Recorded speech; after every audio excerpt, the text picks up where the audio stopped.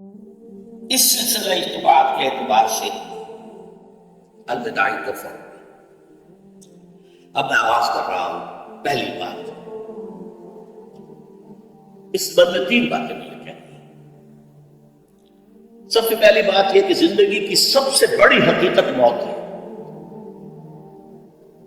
ہم بلائے رکھتے ہیں، اپنے ذہن سے اسے دور رکھتے ہیں، لیکن واقعہ یہ ہے کہ زندگی کی سب سے بڑی حقیقت موت ہے۔ خدا کے منکر پیدا ہوئے ہیں، لیکن موت کا انکار کرنے والا تو کوئی پیدا نہیں ہوا۔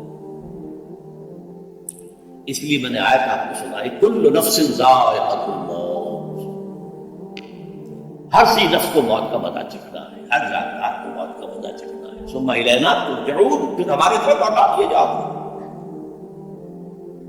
تو زندگی کی سب سے اہم حقیقت موت، اور موت کے بعد رجوع اللہ،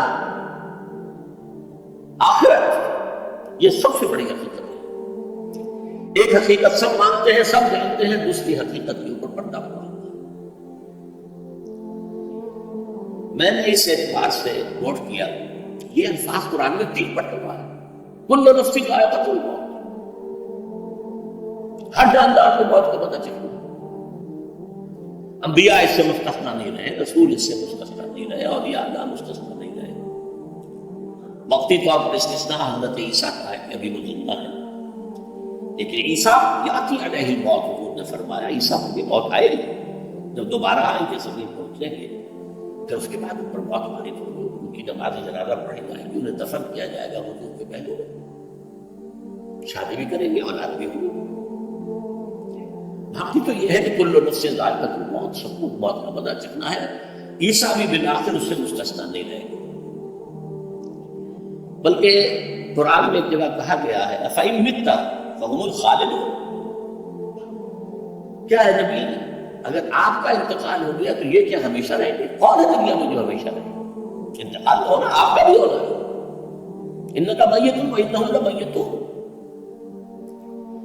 یہ تو مختصر ترین الفاظ تھے۔ اس سے آگے بڑھیے، سورہ انبیاء میں فرمایا کل نفس ذائقۃ الموت وَنَبْلُوكُمْ بِالشَّرِّ وَالْخَيْرِ فِتْنَةً وَإِلَيْنَا تُرْجَعُونَ، ہر جاندار کو موت کا مزہ چکھنا ہے، اور اس سے پہلے پہلے ہم تمہیں آزماتے رہیں گے، خیر کے ذریعے بھی، بھلائی دے کر، صحت دے کر، دولت دے کر، اولاد دے کر، شہرت دے کر، اور برائی کے ذریعے سے بھی، تنگ دستی دے کر، بے عزتی دے کر، اہانت دے کر، ذلت دے کر،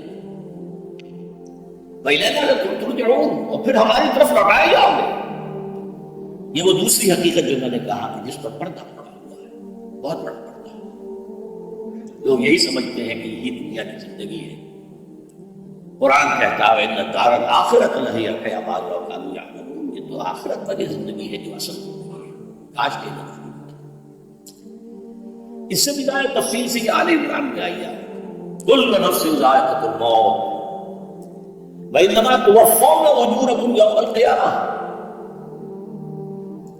ہر جاندار کو موت کا مزہ چکھنا ہے، اور پھر تمہیں پورا تمہارا اجر اور بدلہ دے دیا جائے گا قیامت کے دن۔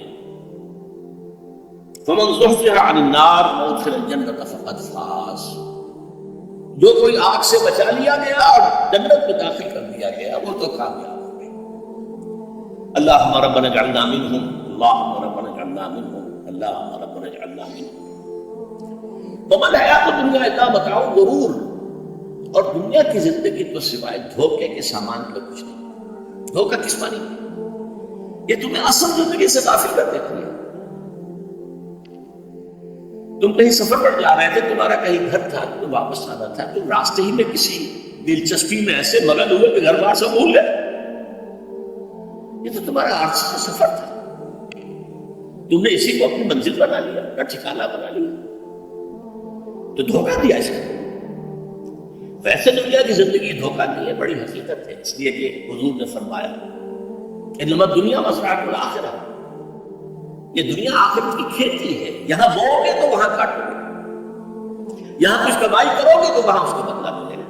اس اعتبار سے دنیا بہت بڑی حقیقت ہے، ایک ایک لمحہ بہت بڑی دن کی شے ہے، لیکن اگر یہ دنیا تمہیں آخرت سے غافل کر دے تو اس سے بڑا دھوکے باز ہے۔ یہ اصل دجال ہے. میں نے تقریباً 60 برس کی عمر کو جب میں پہنچا تھا تو موت کا انتظار شروع کر دیا تھا. میرے قریبی احباب کو معلوم ہے، میں کہتا رہا، یہ بھی کہتا رہا کہ بھائی میں اپنے حصے کا کام کر چکا ہوں. جتنی صلاحیت اللہ نے دی تھی، جتنی بھی میرے اندر استعداد تھی، میں اس کو بھرپور طریقے پر استعمال کر چکا ہوں.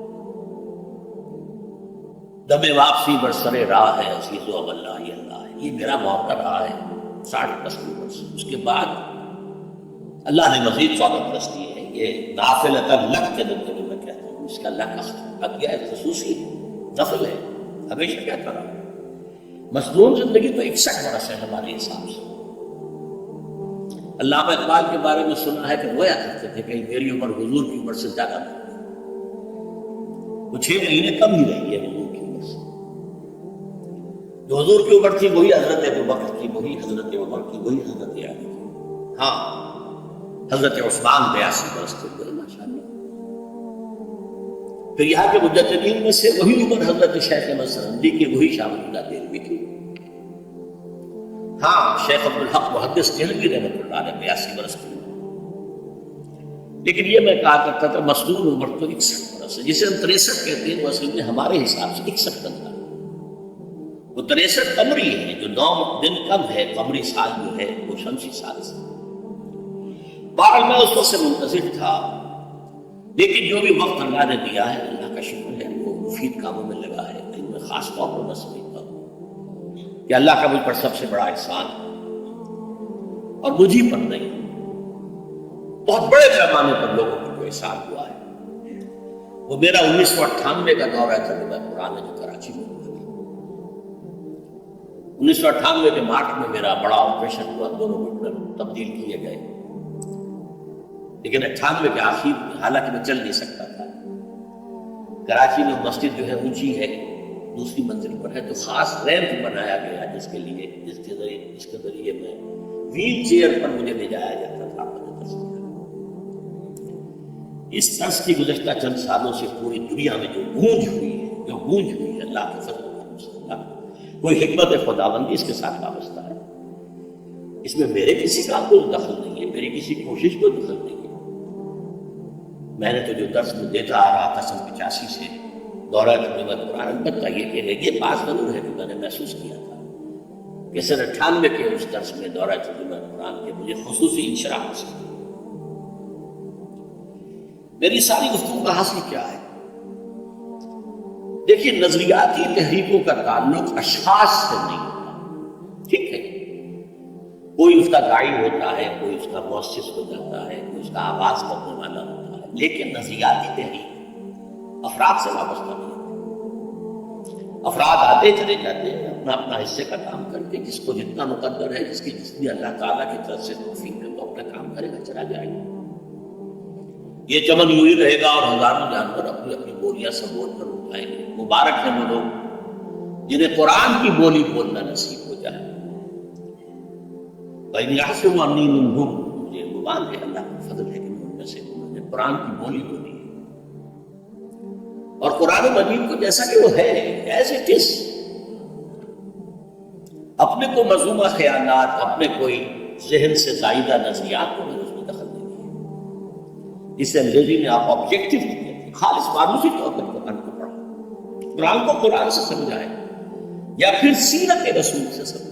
میں لفظ سنت کی بجائے سیرت استعمال کر رہا ہوں. قرآن مجسم حضور تھے صلی اللہ علیہ وسلم، اور حضور کی سیرت اور حیات میں ہے وہ قرآن مجید کی اصل تفسیر ہے. یہ حقیقت بھی بہت کم لوگوں کے لیے ہے. وہ احادیث کا نام تو لیتے ہیں، احادیث نہیں ہے، سیرت کی تو احادیث ہی سے ہمیں ملتی ہے، لیکن میں خاص طور پر سنت کی حدیث کی بجائے سیرت کا استعمال کرتا ہوں. قرآن کی دو سورسز ہیں، قرآن خود اور سیرت رسول صلی اللہ علیہ وسلم. بہرحال انشاءاللہ العزیز یہ کام بڑھے گا، چلے گا، یہ میں ابھی بعد میں عرض کروں. دوسری بات جو میں نے آیت پڑھی آپ کو، وَمَن نُعَمِّرْهُ نُنَكِّسُ فِي الْخَلْقِ أَفَلَا يَعْقِلُونَ. بہت بڑی حقیقت زندگی کی یہ بھی ہے، جس کی ہم عمر زیادہ کر دیتے ہیں اس کی خلقی صلاحیتوں میں کمی کر دیتے ہیں. موٹی بات ہے، بڑھاپا آئے گا، ہمیشہ کی مانی ہوئی بات ہے۔ اگرچہ جوانی میں آدمی بڑھاپے کا تصور نہیں کرتا، لیکن بڑھاپا آنا ہے، یہ بھی ایک حقیقت ہے موت کی طرح۔ غالب نے کہا تھا مزمحل ہو گئے قبائل غالب، اب عناصر میں اعتدال کہاں۔ ایک صاحب نے مجھے شعر سنایا تھا، ابراہیم صاحب سے ٹونک کے رہنے والا، ذوق پیری بڑھ گیا، جوش جوانی گھٹ گیا، اب عصا بنوائیے نخل تمنا کاٹ کر۔ یہ تمنائیں جو ہیں پورے عمل میں کاٹو، اب گئی جوانی، امنگوں والا تب گیا، اور یہ جو تمناؤں کا پودا ہے اس میں سے لکڑی لے کر عصائے پیری بنوا لیجیے، اب بڑھاپے کے لیے ایک عصا بنوا لیں۔ بڑا پیارا شعر ہے، ذوق پیری بڑھ گیا، جوش جوانی گھٹ گیا، اب عصا بنوائیے نخل تمنا کاٹ۔ ابھی 2-3 دن ہوئے ہیں یہاں پر جو خانہ فرہنگ ایران ہے اس کے ڈائریکٹر آئے تھے، انہوں نے فارسی میں ایک شعر سنایا، بڑا پیارا شعر، در جوانی گفتم کہ شعر شعر اگرچہ پیر بہت تھی۔ جوانی میں یہ کہا کرتا تھا کہ شعر تو شعر ہی ہوتا ہے، چاہے بوڑھا ہو جائے، بوڑھے ہونے سے اس میں کیا فرق ہو جائے، شعر شعر اگرچہ پیر بہت، چونکہ میری رسیدت جب میں خود پیری اور بڑھاپے کو پہنچ گیا دیدم، تو مجھے یہ بات نظر آئی کہ پیر پیر اگرچہ شعر بہت، بوڑھا بوڑھا ہی ہوتا ہے چاہے وہ شعر ہی کیوں نہ ہو۔ تو یہ بڑھاپا جو ہے یہ زندگی کی دوسری بڑی حقیقت ہے۔ اس کا ایک اثر تو سب کو معلوم ہے، قبائل غالب جو میں نے کہا، بڑھاپے کا عام نتیجہ جسمانی ضعف، سب جانتے ہیں، لیکن مجھ پر اور کچھ اور لوگوں پر بھی خاص طور پر اس کا جو ایک اثر ہوتا ہے یا مجھ پر ہوا ہے، وہ یادداشت کی کمزوری، اور یہ میں کئی سال سے محسوس کرتا ہوں، کئی سال سے محسوس کرتا ہوں۔ میری پرانی یادداشت بڑی مضبوط ہے، قوی ہے، اس میں کہیں کوئی کمی نہیں، لیکن ریسنٹ پاس کی چیزیں جو ہے، پچھلے 5-6 سال کے واقعات مجھے یاد نہیں رہتے، اشخاص سے ملا ہوں اور دیکھ کے پہچان لیتا ہوں، کئی بار ملاقات ہوئی، نام یاد نہیں رہتا، تاریخیں اور اشخاص کے نام کے اعتبار سے تو خاص طور پر کئی سال سے میری جو میموری ہے وہ امپیئرڈ ہے، اور میں محسوس کرتا رہا ہوں کچھ عرصے سے کہ تقریر کے دوران محسوس ہوتا بلیک آؤٹ ہو گیا، اور مجھے سلسلہ کلام جوڑنے کے لیے سوچنا پڑا، بعض اوقات 1000 کروڑ مرتبہ بولے ہوئے الفاظ آئی، اب چاہے کتنا ہی زور لگا لوں وہ لفظ یاد نہیں آئے گا، ہاں تھوڑی دیر کے بعد سے بہت یاد آ جائے گا۔ میرے اس آپریشن سے چند اب کچھ عرصے پہلے تک کہ میری تقریریں یہاں ہوں میں بہت سے لوگوں نے نوٹ کیا، میری تقاریر میں اب وہ روانی نہیں رہی تھی، وہ جو کراس ریفرنسز آیا کرتے تھے، جس کے بنا پر ایک مولانا عبدالکریم پاریکھ صاحب تھے ناگپور کے انڈیا کے، مولانا علی میاں کے خلفاء میں سے، انہوں نے تفسیر بھی لکھی ہے قرآن، وہ ایک مرتبہ لاہور آئے تھے، تو اسے بھی ملاقات ہوئی، میرا درس بھی سنا، پھر یہاں وہ ایک دینی ادارے میں گئے، وہاں میرے خلاف باتیں ہو رہی تھی، تو انہوں نے کہا بھائی اس شخص کی کیا بات کرتے ہو، اس کے سامنے تو معلوم ہوتا ہے کہ قرآن کھلا ہوا ہے، جہاں سے چاہے لے لیں، پھول کھلے ہیں گلشن گلشن، لیکن اپنا اپنا جانو، تم کیا بات کر رہے ہیں اس کو۔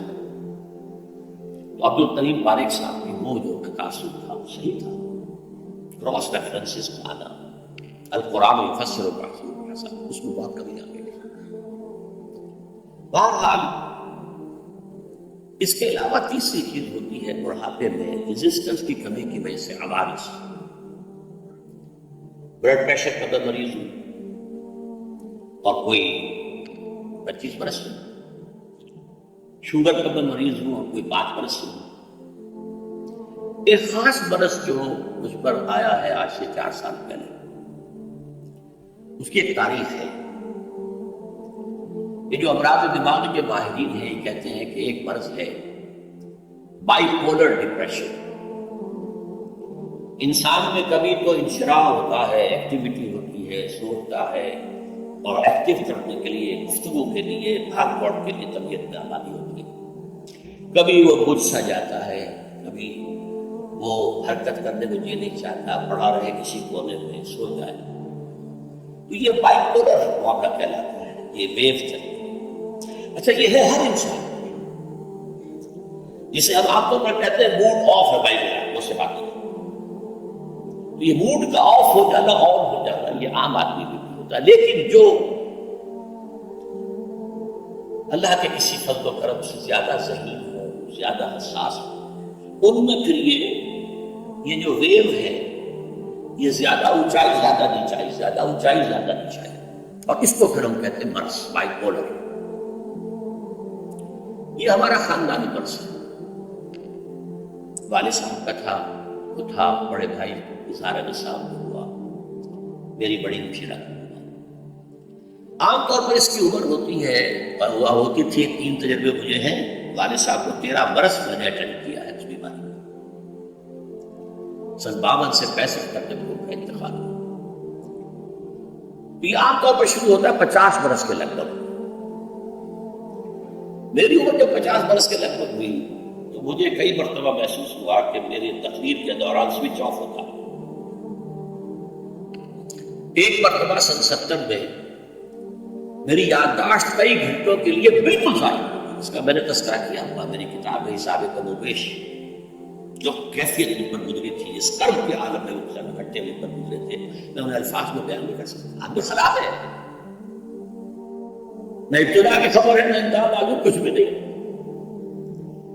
میں جب 50 برس کا ہوا اور یہ دو ایک مرتبہ مجھے جھٹکے لگے مسجد صبر آباد کے اندر، تو میں نے ڈاکٹر رشید چوہدری صاحب سے، وہ میرے والد صاحب کے والد کہے تھے، میں نے ان سے کہا کہ یہ ڈینجر زون میں داخل ہو گیا۔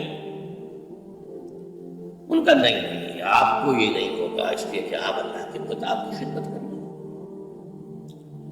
تو ان کی یہ بات پارشلی ٹروتھ نکلی کہ 70 برس کی عمر میں مجھ پر یہ 20 برس اللہ تعالیٰ نے مجھے اس میں ایک بونس دے دیا۔ 70 برس میں ظہور ہوا، اس کا ایکسائٹنگ کاز بنا ہے افغانستان میں جو حادثہ ہوا طالبان کے ساتھ، اتنا صدمہ مجھے تھا، ایک دم بیٹھ گیا، ایک دم بیٹھ گیا۔ یہ چیز جو ہے ابھی کنٹینیو کر رہی ہے۔